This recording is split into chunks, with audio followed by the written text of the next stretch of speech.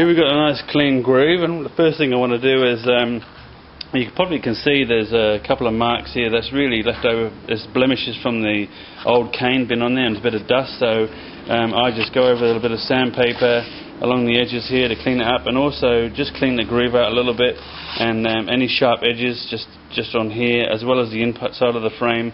It's worth just cleaning them up and making sure it's nice and ready for when you put the cane in. So here we have a clean frame, and now we're going to put the wet rattan. It's been soaking for about 20 minutes, half an hour, and what you've got to do is place it over the frame and square it up so where this groove is, the front groove, and try and place that so it lines up with, say, one of those rows, and obviously keep that 90 degrees square to that line, and likewise this side. We'll fit that first. So you can see the first little pieces in here, just along there, just push that front bit in, keeping it square. So here we're going with the back piece. Just ease it down like that.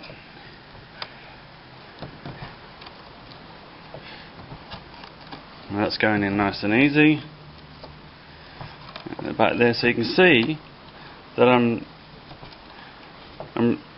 quite a way down into the groove now, and so I got the front piece and the back piece done.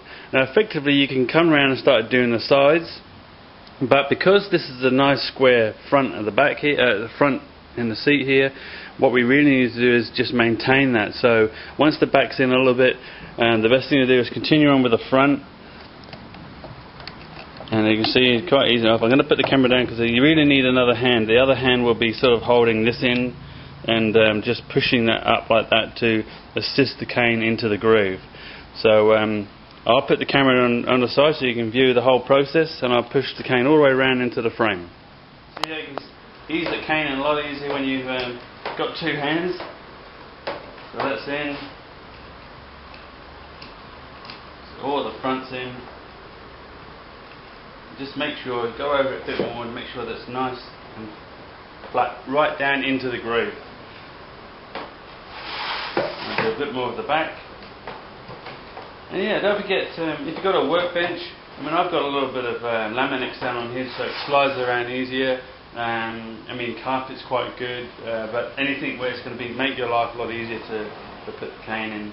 And always make sure, you know, I'm at up hip height, so it's going to be less pressure on me. Now I'm just doing down the sides.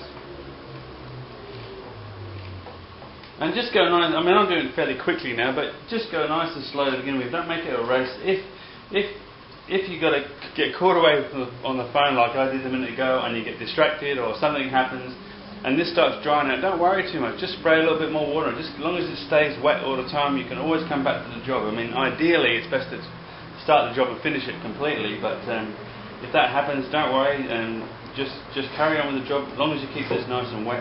Preferably, don't do it on a stinking hot day. I mean, here I am in Australia, and it's in the summer months, and we're up to 33 degrees today. But I'm in a cooler environment. I've got the air conditioning on, and keeping this quite damp.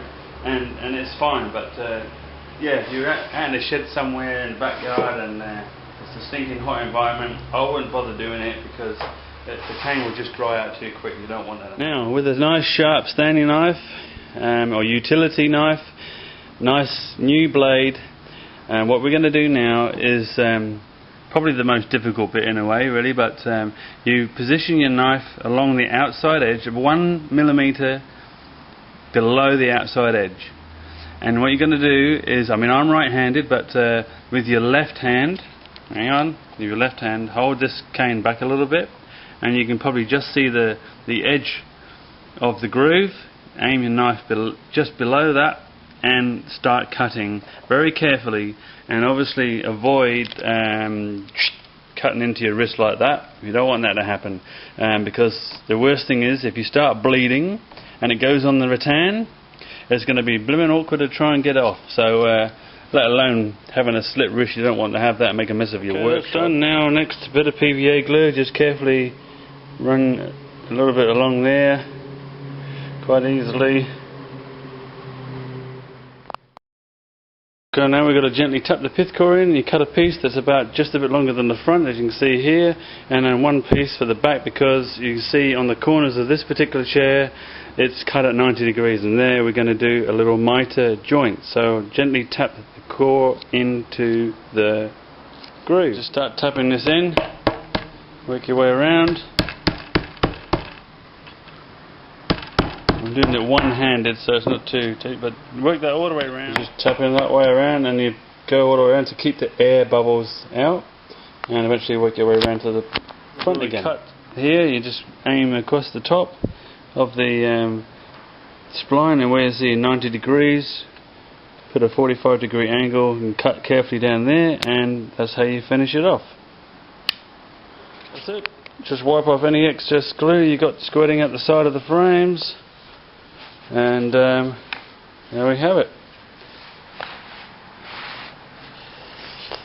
So here you can see the seat's finished. Just wipe over a little bit of stain to bring it up a bit to colour.